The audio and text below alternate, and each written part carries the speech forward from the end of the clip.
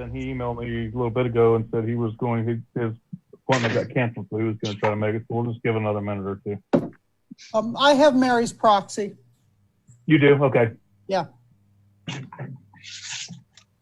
And if Mert doesn't show, I have his, but I don't think we'll really be voting on anything. So, but if we do, and then there's old iPhone Mark. At least he's not driving this week. Yeah, I know. I'm stationary now, so they get stuck in traffic. So we'll go ahead. Go ahead and start. We're at 4:30 now, so the members that are watching online don't get bored listening to us talk back and forth.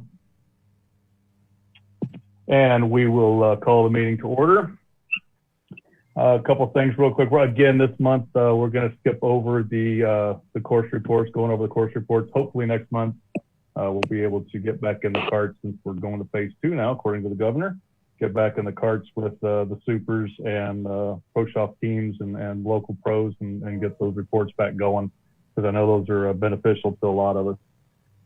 Couple things real quick. Wanted to, I jumped the gun a little bit last meeting, but and Mary's not on, darn it, but want to say thank you to Dean and Mary again for their service the last 3 years. The golf committee, as we all know, they decided not to renew. Dean's going to go work on his golf game so we can keep golf balls out of my backyard, and I think Mary's going to do the same thing. So we appreciate, Dean, everything you brought to us and the time and the commitment that you put to the golf committee over the last 3 years. So go out there and hit them straight, buddy. Would like to also, on that note, welcome our new committee members. They're sitting in today. The official terms don't start until next month, but they're sitting in on this meeting today to start joining the conversation and see how we work. So welcome Mike and Sheila and Jeff, and also our new board liaisons, Mr. Brandon Burke, congratulations on being chair, and Mary Finkus as vice chair, and another new board member, Ms. Jan Sims, is our liaison. So welcome Jan. The other ones they've been around a while, but welcome Jan. We're looking forward to having you on the committee as the liaison. So if there's anything else from anybody as it pertains to new members, the ones we're going to miss, the new board, if not, we'll go on into the regular staff reports. All right. Keith, we'll let you go first, buddy. Okay, thank you, Jason. Welcome to the new members, new board members, and glad you're here. So you know where I work out of the office down on Central. My phone's always on, so if you ever need anything, please reach out to me. We'll start out with the Burkesdale Bridge removal. Tammy, if you can put those pictures up.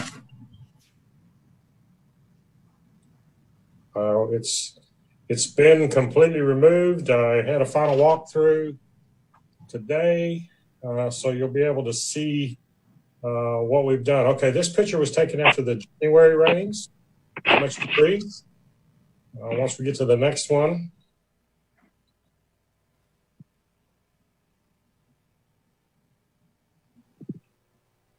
Okay, that's January. That was right before we started staging to work on the project about 4 weeks ago. Next one.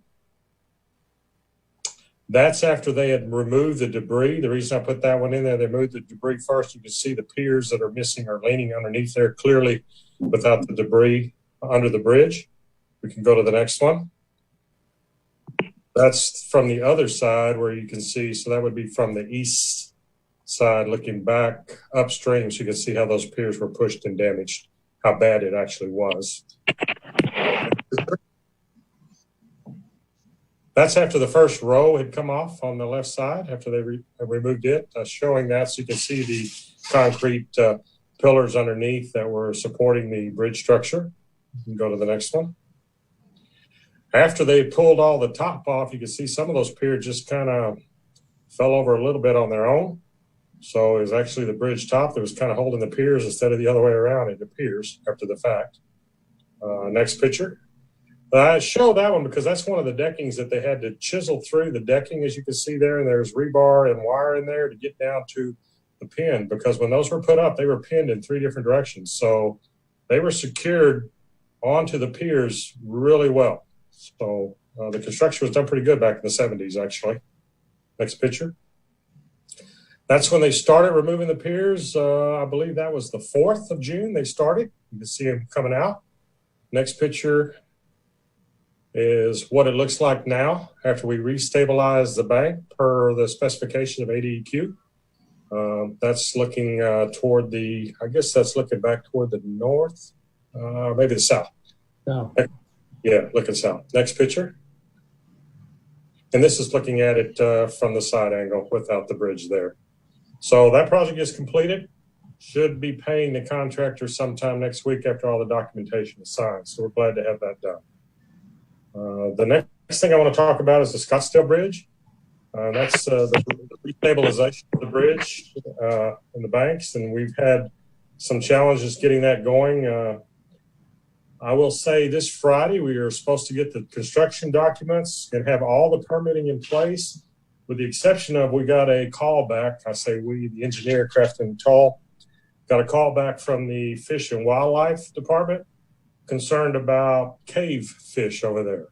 So we're going to have to investigate that a little further and see if there's any special provisions to do in the water to protect cave fish. So that's what we got back from the Wildlife Department.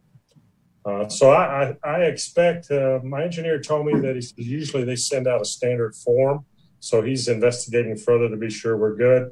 And then we should be able to go out to bid toward the end of June, start construction in July is what we hope. And as I spoke at the last meeting, we will try to do number 2 first, because that's the one that's causing the most disruption. And then we will go to 8 second would be the plan, provided the contractor can make it work that way. So that's my Scottsdale Bridge update. I wanted to talk a little bit about the prep work we're doing for the men's and women's APT tour. By that, I mean my staff. We're in the process of getting some loaner equipment from John Deere to help us be able to prepare the golf course in the morning and the afternoon, as we did last year on 2 courses. We're getting volunteers from other golf courses, including our own, to help us with the mowing and the setup of the tournament. And what I expect course conditions to be, I expect greens to be really good. I expect fairways and roughs to be what I would call average. We're going to get some growth in the next 2 weeks, I think, with the warmer weather. But I don't expect them to be exceptional. But I do expect the greens at both sites to be really good. And as Darrell has mentioned in the past, you have good greens, the tour players, that caliber player would be pretty happy with that, as long as they have something to hit off of. So that's my report on the APT and the WAPT. We're excited. Rob is really looking forward to having it, and so is Scott. Not Scott, I mean Kyle up at Scottsdale. He's excited to have the ladies come up there. So let me stop right there before I go into my general report, see if anybody may have any questions about those first 3 items. Keith, just real quick, what was the date that you expect to start on Scottsdale? Sometime in July, after the 4th of July is what we hope. Okay, thank you. And Keith, on that bridge in number 2, is the engineers got to allow pedestrian traffic during the tournament, or they still have to make a ruling on that, or not, you know? They have made a ruling that is okay to have pedestrian traffic. The only thing they ask is if we have a big rainstorm that puts a lot of water through there between now and then, we would let them come and look at it again. But right now, we're clear to go. Right. Any other questions? All right, let's go to the final part, my general course report. We have new equipment, but new equipment sometimes, like a new car, sometimes things happen. We had a hydraulic leak on one of our new greens mowers at Country Club on number 2. So you will see some small lines where it kind of damaged the turf, killed it either from the oil or the heat. It's not as I've seen much worse. We are confident it will not affect playability at all. It's more an aesthetic issue. A lot of people probably, well, you'll notice it if you're out there. It's not as bad as I expected it to be. So we kind of dodged a bullet there a little bit. Because we've been having a little bit of issue with one of those mowers, I am going to use a mower from Burkesdale as a backup for over there for during the tournament, so we don't have any issues going forward is the plan. The other thing is all the staffs and the places have started to catch up on their post-weed control, and that really in roughs and around greens and things like that, especially on the areas that have flooded in the past. Burkesdale, Kingswood, Country Club, and then the front nine at Scottsdale all had some areas like that they've been spraying. And Greg has also been spraying a little bit out at Highlands. Dogwood has stayed pretty clean because we have a little better 419 turf there that fights the weed invasion a little bit better. All the stumps have been removed from our ground at Country Club. We still have the grindings to pick up, which will be completed before the tournament. And the big stumps at Highlands, we believe we've gotten everything out of there. There may be a few we missed, but we think we're finished there. And I thank Mac for their help with that, with their heavy equipment. We're going to have to remove 2 large sycamore trees. For those of you that are new on the committee, the sycamores in the last couple of years have got some type of a disease that's killing all those big sycamore trees. We've cut down a couple big ones already. We already cut down one big one on number 5 Scottsdale, which happens to be called Sycamore That Hole. Well, the other one on the other side is going to have to come down too. So we're going to have to evaluate what we're going to do on that hole going forward. And then we have a large 1x15T in the bathroom at Bella Vista Country Club we want to get down as well. The reason they're important to get down is because they sit dead for a while, they get brittle, and so you have issues that they could fall on pedestrians or golfers, and also for the crews that take them down, they become brittle and it's dangerous to cut them. We will do both of those with contract because they're such big trees. We don't really have saws big enough to handle those trees. So Keith, the tree on number 5 is the right-hand side of the fairway? Yes. Okay, so there'll be no trees left on that. Are we gonna put any more planting trees along the edge? Because that was always kind of a signature of that hole, was to have the goalpost look when you tee it off. Well, we're going to have to discuss that at the end of the year for this fall and do something there different, whether it's a tree planting or a bunker or something to impact that hole. Because you're right, that was the defining feature on that hole. The hole's named Sycamore on top of that. So we will look at that and come up with some suggestions that we will vent with the committee before we do it. Keith, do we have an approximate time when they're going to cut that down, or do we know yet? Well, the one at Scottsdale, because it's still got some green in it, we're going to wait till after the tournament on that one, so that we'll still leave that line. The one at Country Club, which is not in play, it's just by the tees over there, we're going to get it down before the tournament. Gotcha. Okay. Thank you. The last 2 things I'm going to report. A couple of weeks ago, we had some pretty good storms go through, electrical storms. We probably had 8 or 9 irrigation controllers that were damaged that we had to repair. We had a lightning strike at the well at Brittany and at one of the pump houses. Fortunately, the breakers worked like they were supposed to and protected the equipment. So all we had to do was minor repairs on the pump station and the well. We had to replace the controllers, which is, we usually budget 1 or 2 a year because we get a lot of lightning strikes here. So we've got those taken care of. And the pump station at Dogwood on number 18, we have finished all the work on it. And that was a not expected item. It's a repair, so it's in operations, and it cost us a total of about $22,000 to get that station back up and running. So Scott there is working really hard to watch his money to try to make up for that throughout the year in other areas so he can meet his budget. But we're not going to promise that we can do that, but we're going to give it our best shot. So I think those are the main things I had in my report, and I can answer any questions about anything specific at this point. Keith, it appears to me that the greens out at Highlands are running slower than the other courses. Are they having an issue with the turf out there or anything, or is there a reason why those are quite a bit considerably slower than the other courses? No, I think it's just the way Greg is getting the mowers set to get it down on his program, of how quickly. Country Club is going to be quicker than all of them, and because we're double cutting Country Club and doing some of that, and they're not doing that at Highlands right now. Well, Country Club and Dogwood both are just running really well, and I just wondered how comes Highlands was much slower. No, it's not a turf issue. It's more probably the program that we're in, and they may be a little behind. Okay. Because people on this committee live out there, and they usually blade their chip shots, and it doesn't go quite as far off the green. You guys went out there and mow it. That's only for those who live on 12, though. Yeah, That was- exactly. Oh, no, yeah. Yeah. That is number 6 on Scottsdale, where that tree is, not 5. You'll find it interesting about Highlands that we got a comment from somebody that suggested that we should do a better job of getting the speed ratio to the slope ratio. I don't really know what that means. I don't know if that means they think they're too slow, or they think they're too fast, or they think they're too slow when they're up the hill and too fast down the hill. I really don't know what that comment means. We're investigating that currently. That means they didn't make many putts. That's usually what. That's exactly good, indeed. Anything else for Keith? Okay, thank you. Thanks, Keith. Daryl, golf ops.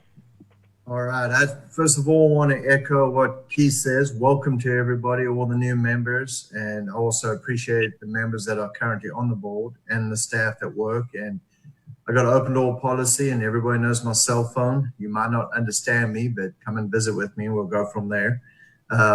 Moving on real quick. Let's go to rounds. Positive news. On the rounds report, if you have a look, year to date, end of May, we ended at 49,043.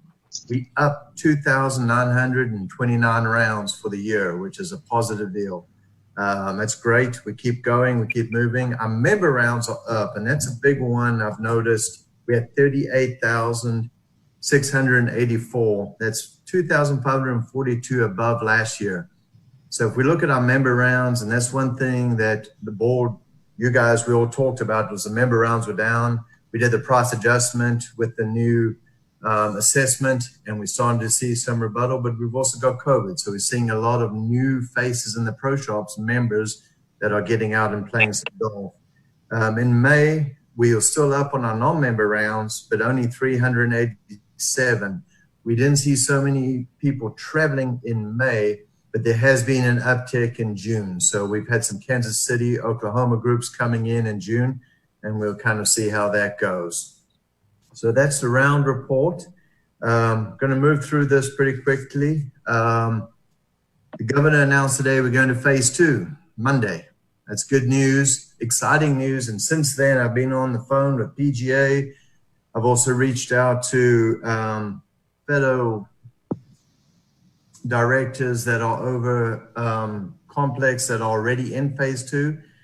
I'm not going to announce anything yet, but we will be looking at the riders. We'll be looking at tee time intervals. I did find out that no shotguns yet. Still the restriction of 50 people, and our shotguns are all well over 100 people. So we're not going to do shotguns. Phase 2, because it's such a big infrastructure, what we have going on is we can't make changes on Monday. It's too much to do. We've emailed all the groups for the month of June what the tee times are. To do it in 2 days and get everybody to know the changes, it's impossible to do. So I'm asking all the group leaders and everybody, hang in there. I will visit with Tom and everybody and the pros, and we'll make sure that when we launch phase 2, we will do it correctly, because some of the other locations just down the road from us in Texas, when they were in phase 2, they ran into some snags. So bear with me as we move forward on that. Any questions on COVID? When will the inserts come out of the cup in phase 2? No, they won't. We've still got those in place. The biggest thing I see in phase 2 is the riders in the cart, the tee time intervals, and obviously no shotguns. That's what I saw as far as we're waiting on guidelines from the governor. He will reach out to us in the next 2 days to tell us what we can and can't do as far as the guidelines. So hang in there. I'll keep everybody informed, and trust me, I'll let the groups know as soon as we know. Any other questions? Part of the rule, is it legal to take the pin out if you want to? I know it's not recommended. I've played with somebody that's taken the flag out when it's windy, and it's blowing. It's not a rule. It's a guideline. It's a guideline. It's a guideline. And that's where we are. So we've had some people, first of all, we had some people that came in from out of town. They're sharing the same house. They've been driving 4.5 hours together. They showed up and they were like, and here we are telling them to get in separate cars. The gentleman got pretty upset with us and he said, this is crazy. He said, so it's a guideline. It's all it is. It's a guideline. And they ended up riding together, having a great weekend and heading back. So same thing with the kart rider. It's a guideline set. And the pins end's a guideline set, but we need to keep as much touching out of it as possible. So if it's on that player, Dean, for him to grab the flag and take it out, that's on him.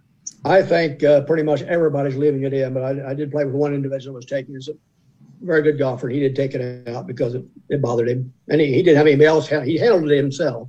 He pulled it and put it back. So okay, that's awesome. Okay. Any other questions on that? So Daryl, when do you anticipate that we'll actually make these changes? Susan, like I said, we've set the June schedule, and because the groups need to know ahead of time so far in advance, we will look at them tomorrow. We'll get the guidelines from the governor hopefully by Friday. I want to say later part of June, possibly. Okay, that's good enough. Thanks. Maybe early July. We'll see. Okay, that's good. I'm going to learn from the other states that opened up to phase 2 and see what happened there first before we roll it into ours. All right. Any other questions? Well, good news. APT, WAPT with the phase 2. Ruth is smiling. Charlie is smiling. As now we get to 50 people. So we got a little more volunteer action going on. We still will not have the same volunteer action that we had in the last 3 years, just due to crowd control as well. And that's very important. So we will make sure that we don't go over the numbers. But Ruth is smiling, so we will get that all situated. Charlie's smiling because now we can go to phase 2 and he can host the Pro-Am party at Lake Point. So that's a good deal. And I just spoke to Charlie, and right now we are ahead on sponsorships from last year, and last year was our big year. So I give a big shout out to Charlie, the team, the foundation for getting all the sponsorships in these trying times. So if you see him going around, Tom Pyatt, all them, give him nucks, because you can't give him a high five or give him a hug. So give him nucks and say, good job. This year is looking really good for the APT, WAPT, and the tour is excited. We've got a full field of ladies, and the guys is filling up fast. So I'm expecting about 140 guys and 78 ladies. So that's going to be a good deal. So, Daryl, when you're talking about 50, is that how many people we can have gathered together? What was the 50? I don't understand what that was. The 50 is on a location gathered together set by the CDC guidelines. So okay, thank you. It's kind of what we've got to look at. Bless you. Any other questions? Not that it matters, but are we seeing an uptick in? I hate that word to COVID. Are we seeing an increase in sponsorship? Do you think because of the women's part of WAPT, or is it just better? Jason, that's hard to say. I'm just gonna, the way I look at it, I'm gonna have a shout out to the team for going out and getting the sponsorships. It's tough right now. There's a lot of companies that are not getting back with them. But these guys have been out there. They got a lot of it early, and then they picked it up real quick. Yes, they have added in the WAPT. That's a unique. You'll be playing with one guy pro and one girl pro. That's unique. And LPGA canceled this month of June, so there's really nothing going on in June. So people are ready to watch some golf and get out there and throw some money our way, which is fantastic. But kudos to the team, to Charlie, Tom, all of the team to get out there and make it happen. So it's exciting. That's awesome. That's awesome. While we're on the APT, WAPT, before we go to come back to you for anything, go to Alex. Gary, did you want to real quick take time and go over your housing real quick? Yeah. Thank you. Just to kind of update everybody, we've got 27 residents that have agreed to host. We're hosting, we have 47 beds. We filled out 46 of them so far with players. There's no players that requested housing yet that I've turned down because we don't have room. So that's very good. But I was hoping to get some more host residents because I anticipate that we'll have an influx of the APT players this week after their tournament is over with this week.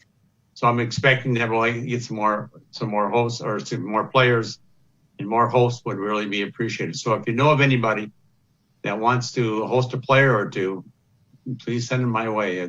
Would be appreciated. Yeah.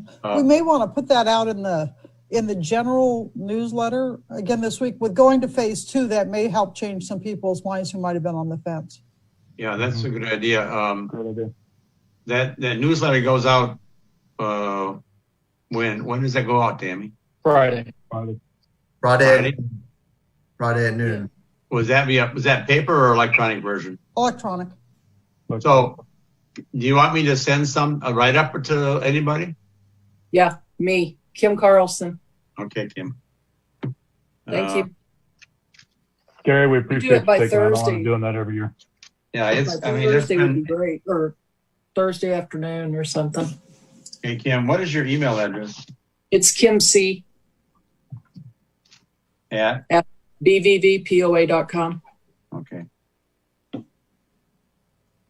The players I've talked to are excited as all get out to come and play. I mean, I've not heard of anybody that's just ready to go.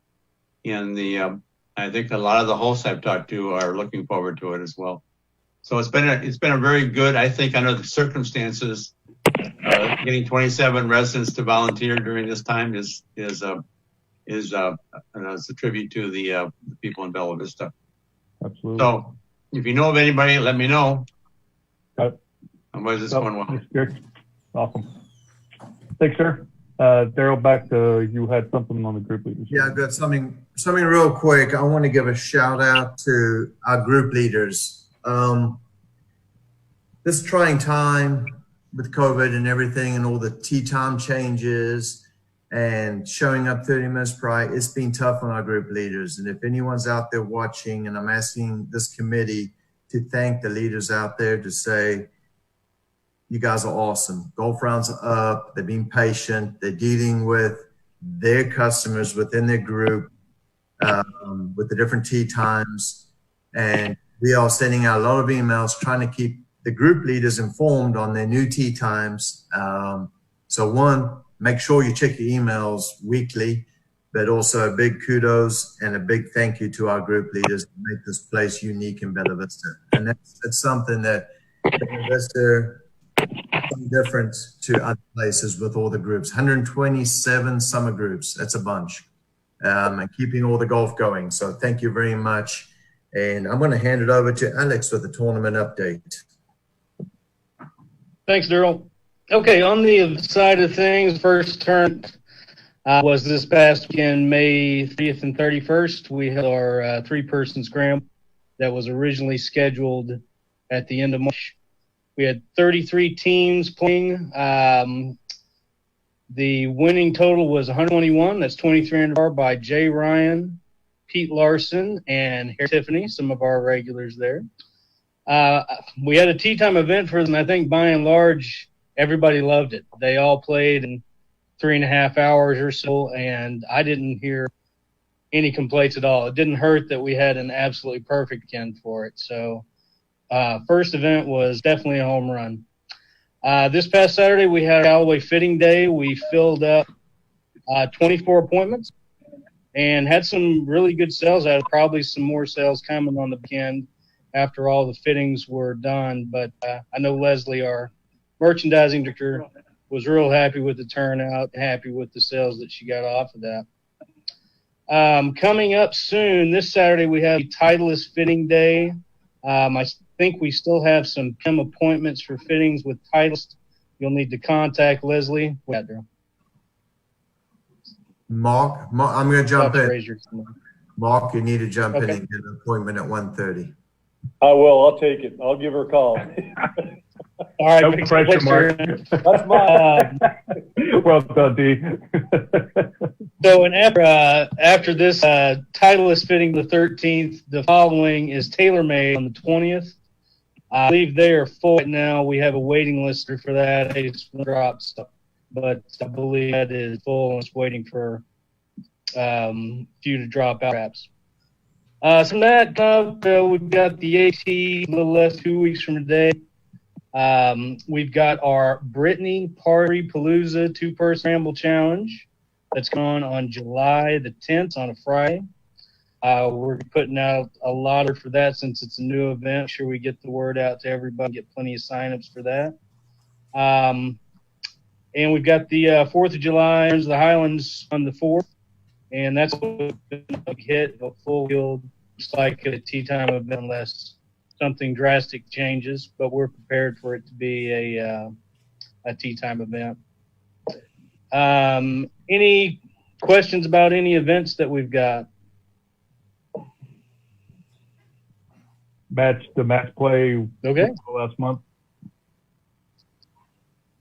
Yeah, match play went well. First round's in the books. Did you win your match there, Jason? Some of them didn't. Yeah. Let's move on It from was that. my fault. Just move on. Yeah, always a family. Aside from that, we've got our junior golf under really starting up. Gavin has PGA Junior League team set.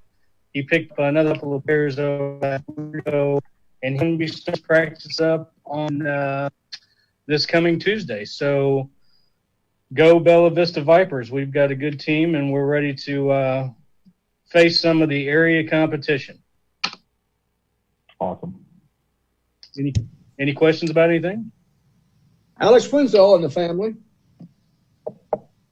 That is on July the 25th, I believe. Okay. If I've got it committed to memory. Yes, July the 25th at Kingswood. Thank you.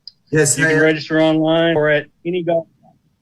I just want to jump in there, Dean, just for people that are watching. There's two formats, a 2-person, and you'll sign up your 2-person, or a 4-person format.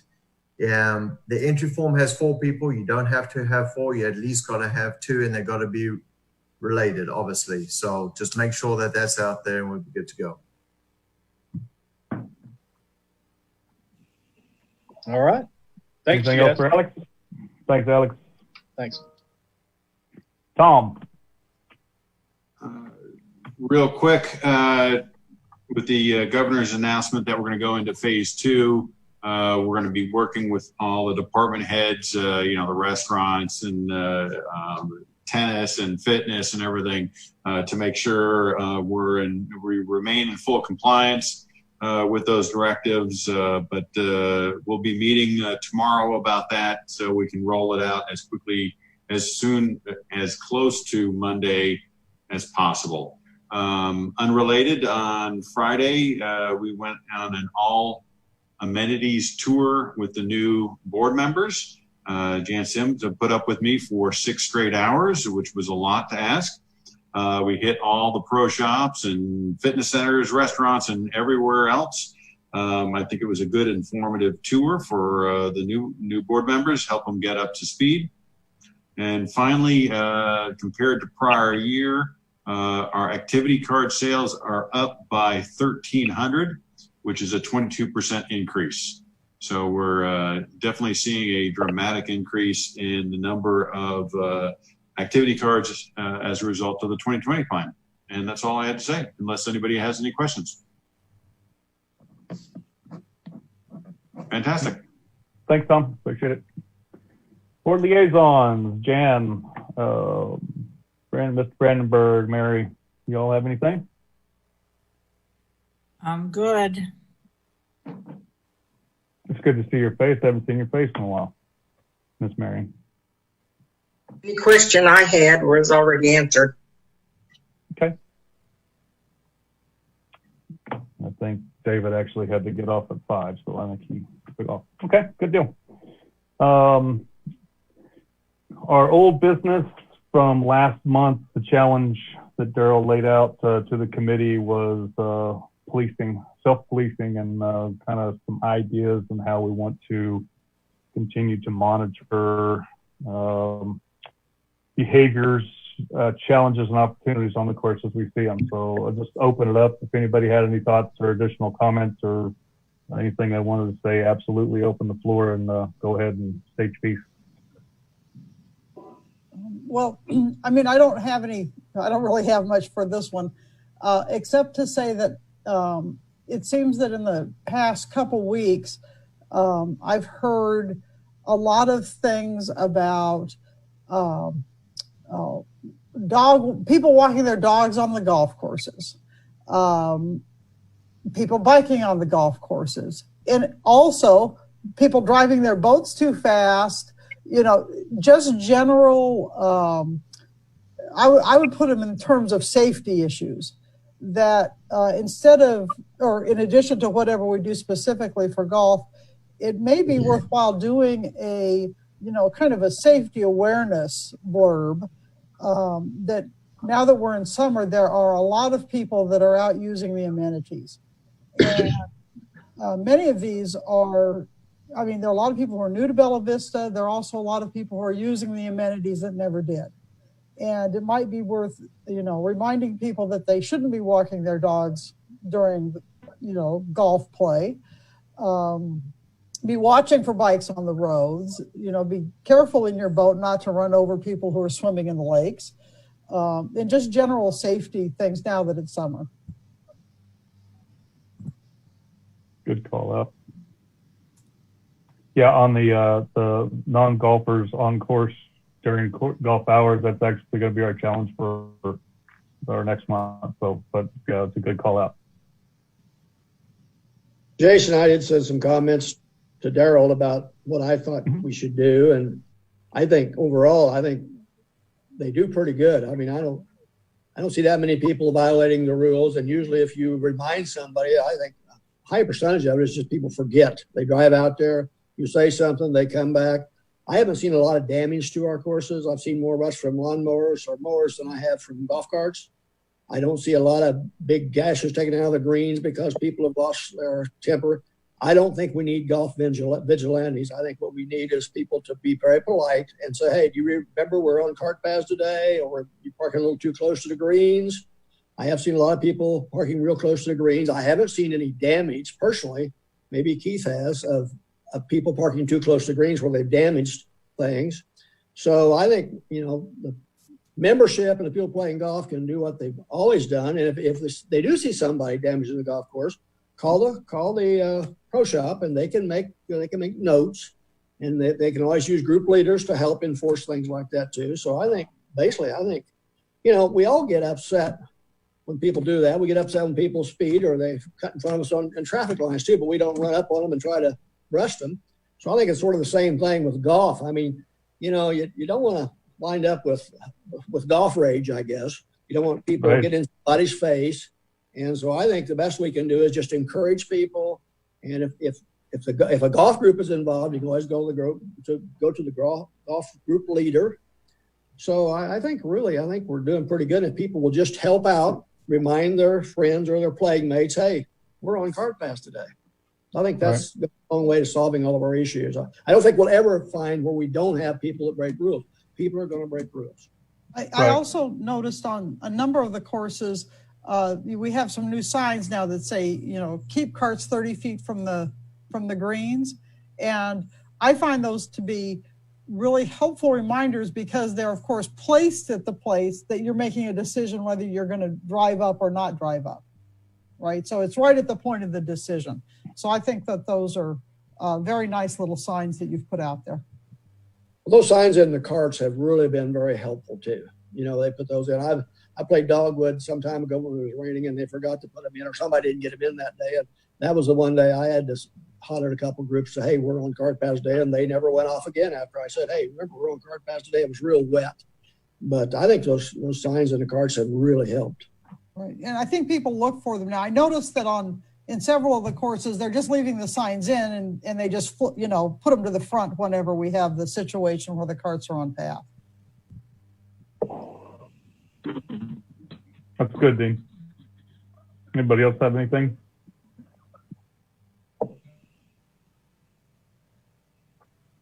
I was thinking a potato launcher, but I guess that's probably not right. One thing I might suggest, can you hear me? Mm-hmm. Is that we remind the people who have the blue flags that they shouldn't drive up to or on the tee box, or stay, within a safe, a reasonable distance from this tee box. I don't know why they would want to even get off the cart path. But I do see it happening.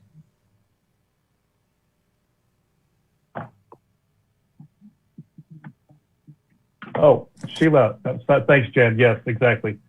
Got it. I'm writing it down. Yeah, Oh, you are a robot right now. Jason, There you are. I'm a robot. You're good.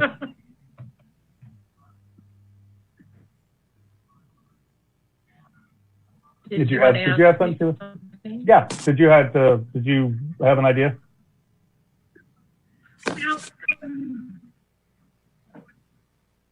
Well, I'm a bit of a rule follower, and I'm wondering if there's any way when you've got folks that are driving on the fairways when it starts on path, that some kind of a record-keeping system could be made, and at some point of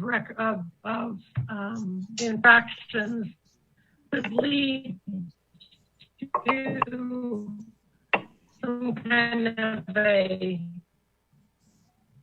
discussion with that person or that group to say, wait a minute, you guys really need to respect the courses. You're going to damage them. It's important that we follow the rules. I personally qualify for a handicap flag, and at a green, rarely even leave the cart path with my cart. But I don't think people understand what 30 feet looks like. I mean, 10 yards is 30 feet, and it's not 5 feet or 10 feet. And the cost of people violating those rules is damage to the golf course. And I just don't think that we should be able to just say, oh, please don't do that again. Right. Sorry. Cart number and call it in if it's a POA cart.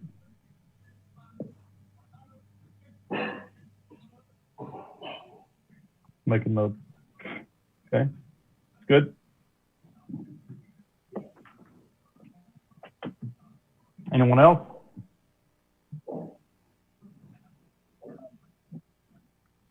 Mm-hmm.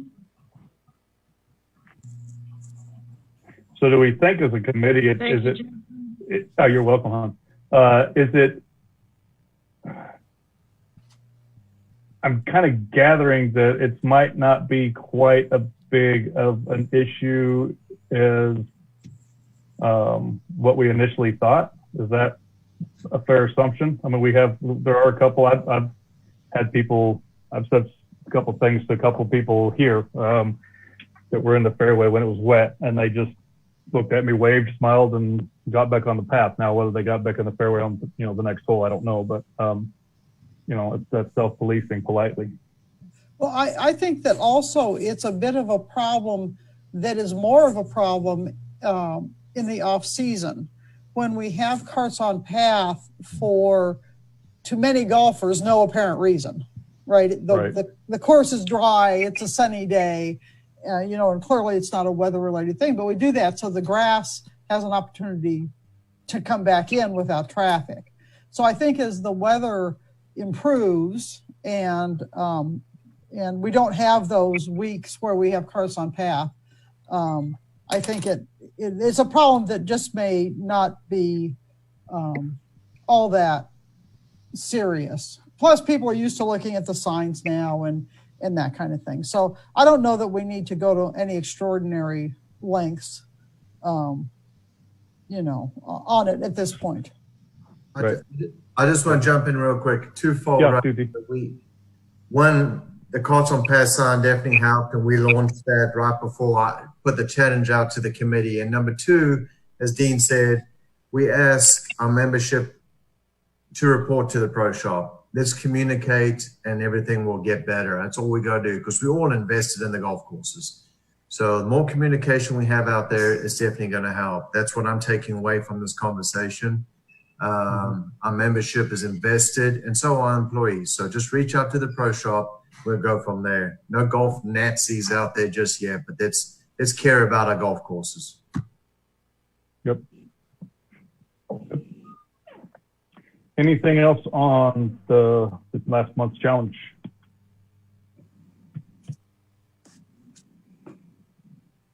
If not, then Daryl, you want to talk this month's challenge? But it's kind of been answered. What Susan said, a blurb out there about safety. So non-golfing activities on the golf course is really a safety issue. And I like what Susan said. I think let's get with Kim and marketing and Doug, and let's put something out to our membership saying, you know, there's a reason we don't have people walking on a golf course during walking hours is for your safety. And that's what we want to do. So my challenge is for the month, if anybody comes up with any other ideas, to shoot us an email. How do we keep non-golfing activities off the golf course during golfing hours? And that's from dusk to dawn. And that's what people don't understand. So if I'm going to put the challenge out there, shoot me an email. Dean did a great job. Shot me an email on that. And I read through it and it was great. So if you have an email, shoot it to me. But it's non-golfing activities from fishing. We have included the lake ranges, stopping in at Dogwood and at Burkesdale and chasing people off when golfing activities going on. But if anybody comes up with an idea this month, shoot me an email and we'll go from there. That's the challenge. But I do like the blurb. Let's get it out there too. What is the official golfing hour times? Dusk to dawn. 7 o'clock in the morning is the first tee time. The last tee time is 6, but people got to realize people play till 8:30. Right. So you might not see somebody on hole number 2, but you'll go around and you'll run into somebody somewhere else. There's somebody on the golf course. And that's what we got to worry. You know, I'd hate somebody come around a corner and take somebody out, especially late in the evening. Carol, do we have any statement or policy on playing golf after the club or the pro shop closes? Yeah, you're not allowed to. You got to check in and pay. If you're an annual, call the pro shop before 6 o'clock and check in, and you can roll. But anytime after 6 to get 9 holes in is kind of tight. So pro shop closes at 6, but normally they're there till 6:30, and we got the cart guys out. Cart guys. Do you pay the cart guy? Daryl? No, you got to pay at the pro shop. You pay at the pro 6 shop. o'clock is the last tee time, right? Yeah, let's say 7 o'clock. You can go on and just play 5 holes at 7 or 9 holes at 7 o'clock by yourself. Is there a way to accommodate for that? Especially with people like that have their own private carts. If you're an annual, call the pro shop. If you're an annual, I understand that. But if you're not an annual, it's prohibited. You're not allowed to play after hours. Gary, we don't get much. We used to keep pro shops open till 7, and we would get 1 player. I understand. So we cut back to save costs, and that's why we don't do it anymore. and people won't pay for 9 holes and only play 4 holes or 5 holes. They want to pay for 9 and play 18. Yeah. Works the way. Okay.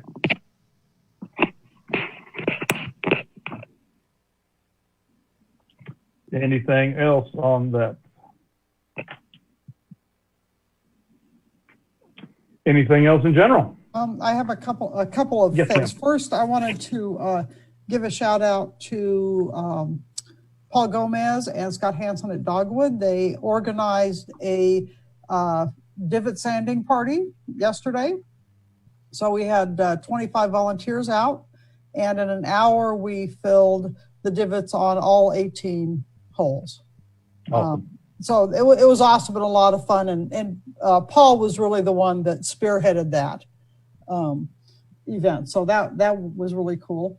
The other thing I would ask is, as long as we're on the tee times, we really need to try and adhere to the tee time schedule.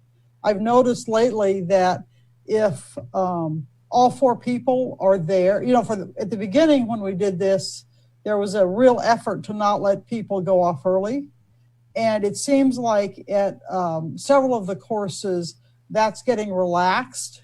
And so the result of it is some people who now are accustomed to coming 20 minutes ahead of time, they show up 20 minutes ahead of time, and basically their group is on the tee. And so I think we need to just adhere to the tee time schedule that we're supposed to. And that really is the responsibility, I think, of the guys in the cart area more than anything. Susan, I'm going to jump in on that. That's hard because none of our cart barns are near the tee boxes. So they'll tell them that your tee time is at 10:20, and they'll go in and somebody else get a cart, that turn around and the guys are gone. So well, except what I hear and I've heard, been told is, you can go ahead and go out and go anytime. As opposed to, your tee time is, 10:15 and you need to wait until that time to tee off. But if there's 3 holes open, then you should be able to go off. And that's happened to me a couple of times. We've gone off 10, 15 minutes earlier, but we get out there and we 10 or 15 minutes ahead of our tee time, we find there's 3 or 4 holes open. There's no reason why you shouldn't go out that I can see.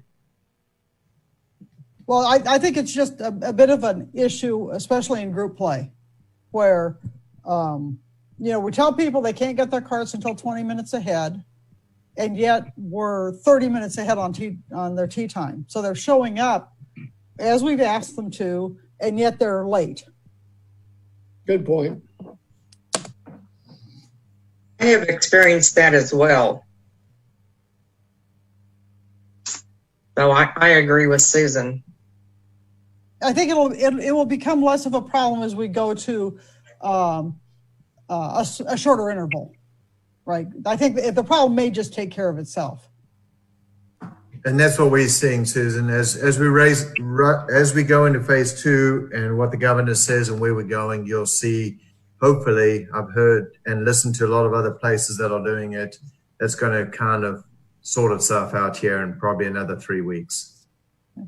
And one last point is, I've heard from many, many, many, many golfers that they really like the tee times much more than they like the shotguns.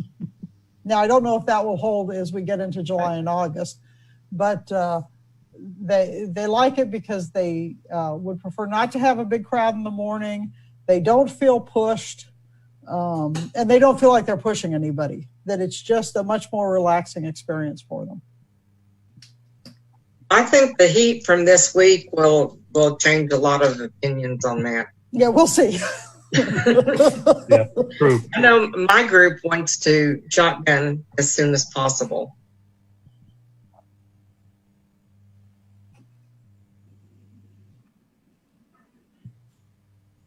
Cool. Yeah, the dogwood, I forgot to mention the divot thing. That's a great thing that you guys did up there, Susan. That's awesome. Is there anything else from anyone? I just want to give a shout out to the golf division and the maintenance and the POA board in general. My years on the golf committee, I've been so impressed with how hard everybody works to provide a great golfing experience for those of us that live in Bella Vista. And I, for one, And I think everybody else really appreciates it. So thank you to the golf division. Thank you for giving me the opportunity to give my 2 cents every now and then. And I'll probably miss the meetings, but I might show up. Good job, everyone. Well, Dean, thanks again. And Mary, if you're watching, Mirrodin, if you're watching, thank you. Remember, next month is officer month, right? We elect officers. So I'm going to go ahead and put this out there that I bet Susan Nuttall doesn't want to be secretary again. I'm kind of used to it now, so it may be okay. Tammy's helped me out a lot, so it makes it okay, good. She does too good of her job. Yeah, she does. She does. So, and then our new committee members, as we start voting on stuff, they'll be full throttle next month. So, hope you guys were able to muddle through this one with us, and hopefully we'll be back face to face in the boardroom. Are we going to redo course assignments, or we're just going to? How are we going to do that? I need to think through that with the additional people, how we want to do that. So we'll think through that a little bit, and maybe that's good. We can talk about that next month. Okay. So everybody, if we get back to where we can ride, and if we can know far enough in advance that we'll be at the boardroom, then we'll do course reports this month. And our new members just hold off, and we'll figure out how to integrate you guys into that fun activity shortly. Yeah, one question for Daryl, and that is the hitting off of grass at Tanyard. I think right now, are we doing it every other day, or Monday, Wednesday, Friday, or just are we always? When are we going to move to grass? When we get to phase 3, Gary, we can't move to grass because of social distancing. If you go to Highlands and you watch them hit on Highlands, you phase out, people move them, and they get within 6 feet of each other at Highlands. So the way we keep them separated is keeping them on the mats through this COVID series. When we get to phase 3, then we'll move on to the grass. And that is a stipulation by the PGA, and we've stuck by it. Unfortunately, at Highlands, we've got to keep going out there and saying people separate, and we go from there. The hitting stalls at Highlands are about 15 feet apart. People keep moving them. That's my exact point, is people keep moving them, and Alex sends his crew out there every 2 hours to put them back to the spatial, the distance, social distancing, and people move them, they get close together. You watch before they play, there's too many people out there. So it worries us. That's why Tanya Creek has triple the amount of people hitting golf balls. Oh, yeah. You have to keep them on the mats. And a shout out to Tom at Get a Grip and his son. They changed the mats out the other day. Those things are heavy because the mats were wearing down. They're getting so much beat down on them. But we got to keep them in their bays until we get to phase 3. So we won't be making that change at Tanya Creek. All right. Well, until next month, which is July 8th, location TBD for our next meeting. Other than that, APT, everybody get out and at least we can walk around and watch and have a good time with and if you haven't volunteered and we need some volunteers, obviously Ruth will reach out, I'm sure. I have a question. Gary, again, thanks, Gary, for doing the host thing again this year. Appreciate that. And everybody hit them straight. Nothing else. Meeting is I have a question. Oh, yes, go ahead, Jan. Barry sent me information from the APT regarding the COVID-19 guidelines. And I thought they said there could be no spectators. That's if we were in phase 1, Jan. We are now in phase 2. Because it's outside, we can have some spectators. Okay. When spectators come in, we will be giving them the policies of social distancing. So as they come in, they're going to get a little sheet of paper saying no hugging, no kissing, no doing this, no doing that, separate. And now we can be able to get volunteers. Ruth will have them staging, especially at Country Club around 18, and we'll be able to keep them distance and we're good to go. We were worried in phase 1, and if we were in phase 1, we would have to make that announcement today, but now we're going into phase 2, so there were a lot of smiles today at 1:45 when the governor announced phase 2. Yep. Right. If you want to stage a protest or a riot, then social staging doesn't make any sense. And with that, the meeting's adjourned.